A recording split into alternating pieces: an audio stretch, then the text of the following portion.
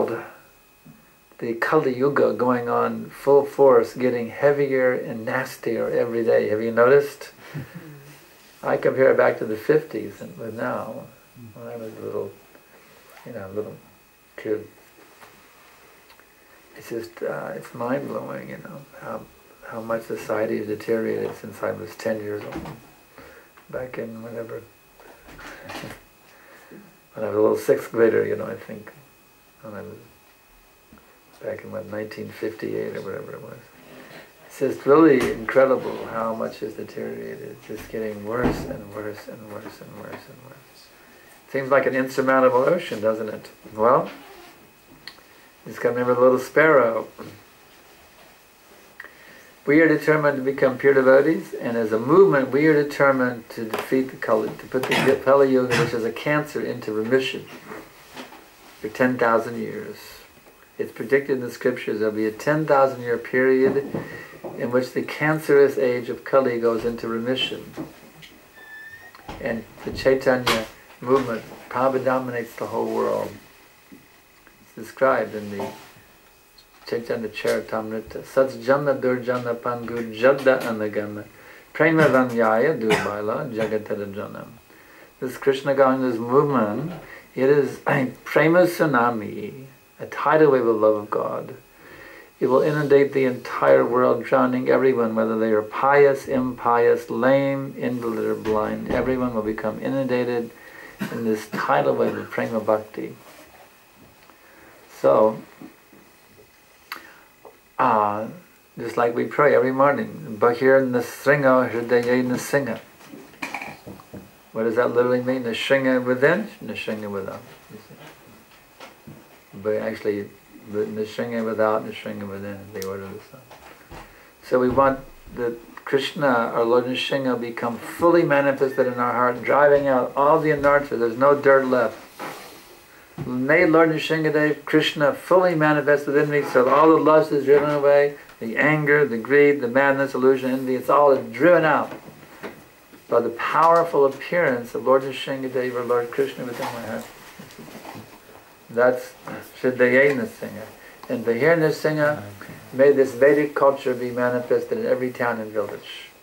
You see? May every high court judge wear Vaishnava tilak. You see? That's called Vahir Nrsinga. You see? Vaishnava culture in every corner of the world, in every college, every university, every school. Krishna Bhakti is taught, is it? So it seems impossible, doesn't it? What did Prabhupada say? Impossible is a word in the dictionary of a fool. They told the sparrow that it was impossible. You're never going to dry up the ocean, you stupid little bird. You never dry up the ocean. It's impossible. You can't do that. Everyone knows a little sparrow with her little tiny beak couldn't dry up the whole ocean. It's impossible. Well, she did it, because Garuda saw her determination. So we can't do it, but Krishna can do it. You see, Lord Chaitanya can do it. But he wants to see our determination. How determined are you to make a revolution on this planet? How determined are you to become a pure devotee and give up all your stupid nonsense anarthas? How determined are you to do that? Why not do it? Why not for one lifetime strive for pure bhakti? And if you don't like it, you can come back and be whatever you want to be in your next birth. This is one of the lessons I heard. I joined with Vishnu Jan Swami back in '71.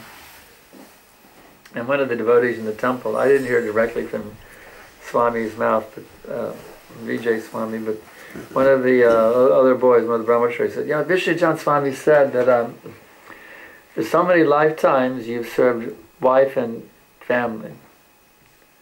Why not for one lifetime try serving Guru and Krishna? That made a lot of sense. You've served your material senses for millions and billions of lifetimes. Where has it gotten you? Another rotting material body, right?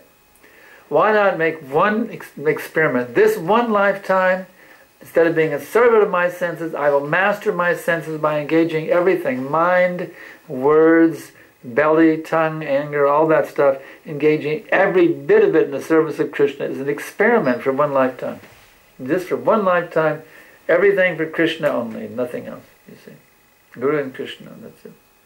And see what the result is. It's called the Hare Krishna experiment. Try it, you'll like it.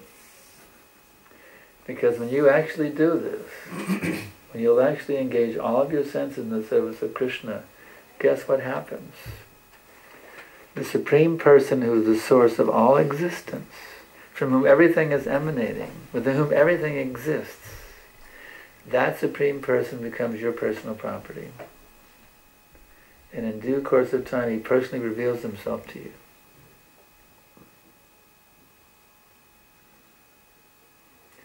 So, it's worth it. You get to have a personal relationship with God Himself. An intimate, personal relationship with God Himself. Krishna consciousness is not impersonal. It's very, very personal. It's a very warm and personal thing. Because you revive your original relationship in any one of five primary rasas of that Supreme Person. Of course, now we cannot jump to that. Now we follow the rules and regulations of Bhakti Yoga according to Prabhupada's teachings. Because now we're in a sick condition. When you're healthy, you can have ice cream and cake, no problem. But right now, we're sick. We can't have ice cream and cake. Allegorically speaking. It may be ice cream and cake tonight, but I'm just making a philosophical point. I'm not saying literally you can't have ice cream and cake. If it's offered to Krishna, you're welcome to have it. But the point is this, to actually realize one's eternal relationship with Krishna, you cannot jump to that prematurely. You have to become completely attached to Krishna. This is a very advanced stage when all your anarthas are gone. When you're free of all lust, anger, greed, madness, illusion, envy. You're completely, totally attached to Krishna. You have no attachments at all except to Krishna. That's when you can actually reveal these things. And they become revealed to you. Realize it. So in our present neophyte stage, where we're still polluted with lust, anger, greed, madness, illusion, and envy, we have to faithfully follow the process of sadhana bhakti, which is described very nicely by Rupa Goswami in the Nectar Devotion. One has to take shelter of a bona fide spiritual master, one has to get initiated. You may say, oh well, that's great. I got initiated, now I'm saved. No. That just means you've enrolled in the program, that's all. You've taken shelter and initiation, now you're enrolled, now you're enrolled in the university, now you can do the coursework. You see? Now it gets down to the real business, you see. Step number 1 and 2 are just to get enrolled, and step number 3 is what separates, as we say in America, the men from the boys. Step number 3, that's obedience to the order of the spiritual master, you see. Which means the spiritual master is simply referring you to the instructions of Srila Prabhupada, that's all. So it means to obey the instructions of Srila Prabhupada. That's where we really see who is advanced and who's neophyte. Who's willing to strictly follow Prabhupada's instructions without deviation. That's how you make advancement, Krishna consciousness. That's how you taste the nectar. You see, we're all hankering for that nectar. We look for it here, we look for it where is the nectar, where is the nectar, where is the nectar? We're looking for it in the nectar. We're looking everywhere else except in Krishna. That's the problem. We think it's somewhere else, but actually it's only there in Krishna, it's not anywhere else. And Krishna, in this age, is fully manifested in the form of Krishna, these 2 syllables. So that's why we have this system that you should chant every day. Hare Krishna, Krishna Krishna, Hare Hare, Hare Rama, Rama Rama, Hare Hare. Both in japa and in kirtan, both. You see. Congregationally we do the kirtan and individually do japa.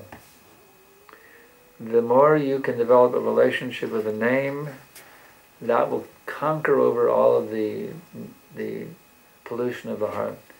And that relationship with a name, I must add, can only be had to the degree that you develop loving relationship with devotees. Because the first offense against the name is to be offensive towards devotees. If I'm offensive toward devotees, then I can never develop a relationship with a name. So you want a relationship with Krishna's name, which is Krishna himself, then learn how to have loving relationships with every devotee. You see, you should have love in your heart for every single devotee. Even if there's some devotee you don't get along with, you have it's very heavy disagreement, still should see and look within your heart. You should see how you can appreciate that devotee and love that devotee, because this loving relationships between devotees is the key of how you're going to gradually come to the stage of Namaruchi. Sadhu Ruchi, or developing a taste for the association of sadhus, is prerequisite for Namaruchi. Somehow develop a taste to relish the association of devotees. It's absolutely, undeniably required. If I don't have sadhu ruchi, a taste for devotees associating with sadhus, then I keep myself in a position called kanishta adhikari, a materialistic devotee. I must learn how to relish the association of the devotees. This is the secret of success on the path of spiritual awakening. So, maybe there's some questions. I've been talking quite a bit here, and there might be some questions. My wife also is very expert at answering questions. Well, she and I will both answer questions tonight. Question? Yes. Thank you. Sometimes we see devotees who are very determined in practicing the process of sadhana bhakti, but suddenly they lose faith in some devotees. Yeah. They lose faith in? They lose faith in senior devotees. Yeah. Who are well established, and yeah. They disturb other devotees. So yeah. Why is that? Yeah. Although it's very nicely practicing. They're very, yes, I understand. You want to answer that one? Oh, like I said, they're very much self-motivated. Name, fame and prestige. They're self-motivated. They do not care for the movement, but they care for themselves, how they can become prestigious, and so the people can glorify. If a real devotee practitioner will think for the movement first, and people in general, and suffer and tolerate what he may go through, or maybe he sees something wrong. So we have to be careful with such devotees. They may do a lot of things, but... In other words, somebody may be very determined, but they have a motivation for proper adoration and distinction, being recognized. In other words, their service in the mode of passion. Somebody who burns out like that, who they appear to be very advanced, they never really got to the mode of goodness. They were acting in the mode of passion. Passion, unless you can transcend passion and come to goodness. If you study Gita, you'll see passion is nectar in the beginning and poison in the end. So someone develops a sour taste for senior association or for the movement. And they may appear to have been very advanced, but they were just going on very enthusiastically in the mode of passion. Someone who actually comes to the platform of goodness, they will never live. They never got past the mode of passion. That's the problem. Passion is nectar in the beginning and poison in the end. Goodness is tough in the beginning and nectar in the end, and pure goodness is nectar in the beginning and nectar in the end. So go for pure goodness as much as possible. That's where the juice is. Of course, we have pure goodness right away, and have a glove jamun, Prabhu. You know, by Prabhupada's mercy, we get next to the beginning, and in the very beginning, those gulab jamuns are simply wonderful. A nice kirtan. And this movement is so nice; it can immediately give you a taste of pure goodness. You know, with the kirtan, the prasadam, you can relish the bliss from the get-go, as we say. So. Yeah, they were Rajagunis. They appear to be very advanced, but actually we're just Rajagunis. One who can't make it is not steady for the whole life. They never got past Rajagun.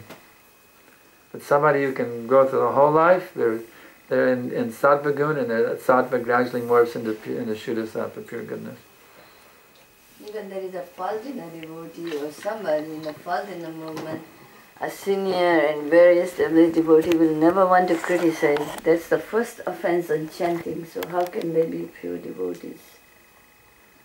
Yeah, one who is free, an advanced devotee is one who is free of the tendency to criticize others.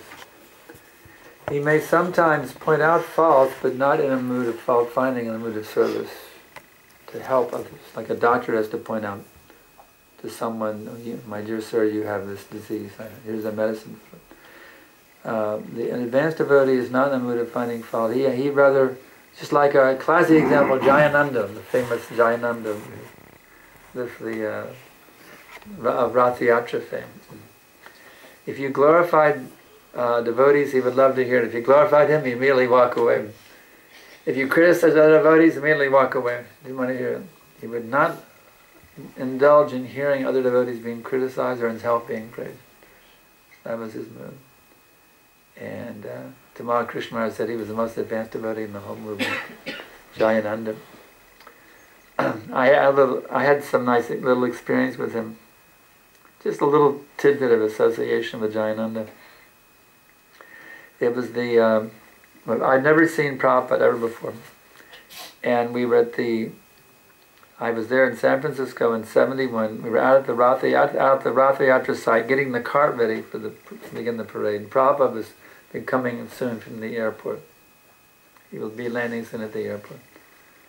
So I'd never seen Prabhupada. I was dying. When can I see Prabhupada? When can I see Prabhupada? Oh, I was so excited. I wanted to see Prabhupada, you know. And then so I was there, and I'd been assigned to a work crew to help the car get ready. And somebody said, a van was sitting there, and someone said, "Prabhupada's arriving in the airport in so many minutes, and anybody wants to come see him, hop in the van, let's go." Like that, you know. But I'd been assigned to help, so I was like, oh. I was looking at my duty, and so I asked Jayananda, "Prabhu, I've never seen Prabhupada before. Can I go?" He looked around, he saw he had enough help, he said, "Yeah, go." So by Jayananda's mercy, I had my first darshan of Prabhupada. He was very personal and considerate person. Even though he needed help, but still he saw, well, here's a devotee who's never seen Prabhupada before. He's very all right, let him go to see Prabhupada. I can cover his service, like that. So yeah, that mood, Jayananda was a classic example of someone who was free of that fault-finding propensity. It's very important, yeah. In the material world, everyone is conditioned and want this name, fame, glory, prestige, honor. So also come from conditioned life and try to execute devotional service. How do we avoid falling victims of the same thing? The tendencies? Material tendencies? Yeah, this example that Prabhu gave, that we see devotees who do very nice service, but then they fall down due to wanting prestige. How can we protect ourselves from them? I'll let you start off here. Go ahead.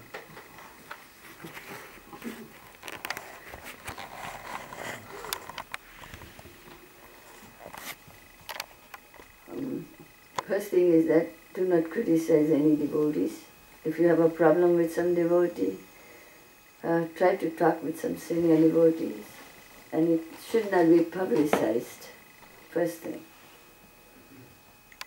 We should care for the movement in general, because this movement is supposed to preach and cultivate and educate people for Krishna consciousness. If we have fighting amongst ourselves, who will want to come to this movement? And if we promote that things to the public, who will want? Who will have faith in the teachings of Lord Krishna? Who will have the faith in teachings of Srila Prabhupada? Nobody. So we have to be careful about that. So to protect oneself from fall down, it's very simple. The third principle is obey the order of the spiritual master. You have to be completely, dedicated. I know when Prabhupada left, you couldn't believe the chaos in this movement when Prabhupada departed. It was so heavy. There was so much confusion. Prabhupada actually stated in his purport that when the Charya comes, he brings order. And when he departs, then the chaos ensues. But those who are very dedicated to serving the order of the spiritual master, they try to rectify the situation. So the key is to just be very, very dedicated to serving the order of the spiritual master, coming through the disciplic successions, coming down from Krishna, the Ma, down to Narada Muni, Lord Chaitanya, those Swamis, down to Prabhupada, down to your initiating spiritual master. In this way, the order is coming down through the parampara system. Just be very, very dedicated to always pleasing your spiritual master, always serving your spiritual master.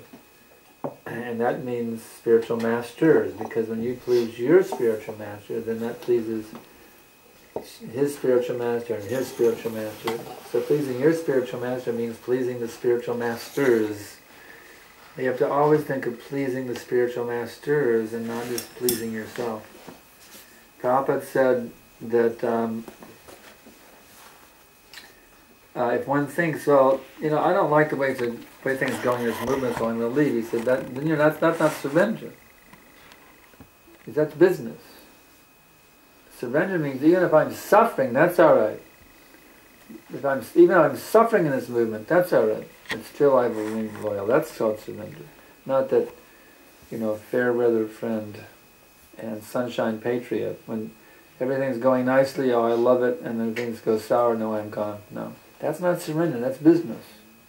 If you satisfy my desires, then I'm in. If you don't satisfy my desires, I'm out. You're not really surrendered. You see, so be surrendered, that's all. Whether I'm happy or I'm miserable in this movement, it doesn't matter. I'm a surrendered soul. I'm just here to please Krishna. Whether I'm pleased or not doesn't matter. I'm simply here to please Guru and Krishna, and that's it. That will protect you. You have that mood. Next question.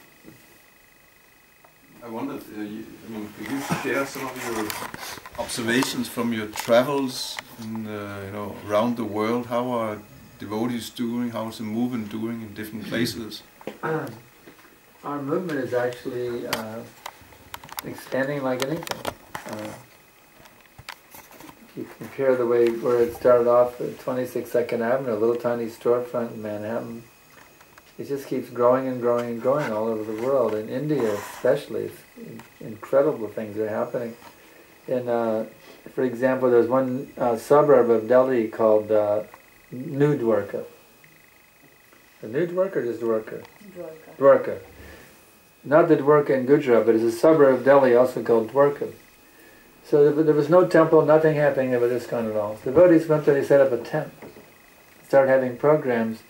It attracted so many people within a year or so. They built a huge temple. I went there were like 1,000 people at the program. 1,000 people. The place was packed. At least 1,000 people were squeezed into this huge temple, packed tightly in a humongous temple. At least 1,000. There was only a tent there a year before, and nothing before that. So there's actually a very great potential for our movement. I see devotees who are very dedicated to distributing books. I just talked with a devotee named Rainatai Prabhu. He came to Austin where there was a music festival going on. He was going out doing in 1 week he did 1,000 books. 1,000 books. Sold 1,000 books. One man all by himself, 1,000 books. So I see things like this, it's very encouraging. And we just got a property in Austin, that's all very encouraging. We paid cash, no loan. No, we don't have any money to build anything yet, but We had 1.22 acres. It's a very nice piece of land, a nice area, with good potential congregation in the area. So in Austin, we're really encouraged. We got that nice piece of land. We just had our first program there last Sunday under a tree. And normally you have to pay taxes unless you have a church building, but we showed them a picture of Prabhupada under the tree, and we said, we're going to do programs just on the land. And it looks like 99% will give us a tax exemption, even if we don't have a building, which you're normally supposed to have. Just because we're going to go there and regularly have kirtan, prasad distribution under the tree, they're going to give us a tax exemption on the property. It looks like it's pretty favorable. So yeah, we see so many things happening in different parts of the world. We go to many places. We don't go everywhere. To go everywhere would be impossible. I mean, it's so big now. Our movement is so huge. Over 300 temples, We go to about 20 different countries, I guess, and that's only the tip of the iceberg. We see so many wonderful things happening in Shanghai or in Beijing. It's a wonderful temple. So many wonderful things are happening. There's a on the internet also. There's so many. There's one. My course has 16,000 people on it. Even one Hollywood actor got on my e-course, and he decided to give up Hollywood. Now he's the lead brahmachari in our Los Angeles temple. So, and then Krishna fulfilled his propensity. See, we're actually, our LA temple is a few blocks away from Sony Pictures. It's just a few blocks away. The stars come to the restaurant to take prasadam.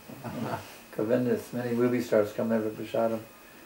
But anyway, they came there and said, we need to have some devotees in our movies. So who got to play the devotee? It was Bhakti Vatsal, the former actor. He got to be his real self in Hollywood now. The devotee in a shaved head and a saffron robe. So that was kind of fun for him. And devotees went, participated in the kirtan on the stage and all that. So it was visualized by so many thousands of people. They did something with some big celebrities. I think some big names. Big thing in LA they did recently. I forget who was there. Stevie Wonder, I think it was. Some big thing. Yeah, there's all kinds of amazing things happening. Just so much you can't even keep up with it. Every corner of the world. I mean, things are happening in so many places. Just amazing. So we're already getting any, just little tidbits of here and there. Yeah, we just came from London. There's very nice programs there. They have a, what do they call it, Healthy Wealth? What's the name of that group? Healthy, Wealthy, and Wise? They have some special program at the Bhaktivedanta Manor now, not for devotees, kind of like a New Age type of program. They have it in Prabhupada's room. Just a more special program just for new people who are not, Britishers mostly coming. Just to, not the standard temple program, but more of a program just geared to them. They had the kirtan going on, what? Guitar, harmonium, and what else? Last night, guitar. A little bit. Make them feel comfortable. They'll have a guitar for the kirtan. It's special, not in the temple room, but in Prabhupada's room. They had a special. They have it every once a week. And so it was nice. I gave a lecture there last night to them. There was a big Texas yoga conference in Houston, Texas. All the yogis came, Hatha yogis. Jayadodha Swami went and told them about bhakti. He was one of the lecturers at their Texas yoga conference. Jayadodha Swami. And then he came after that. We spent a day together in Austin. Him and I, just two of us together. We're old friends from. We used to work together for.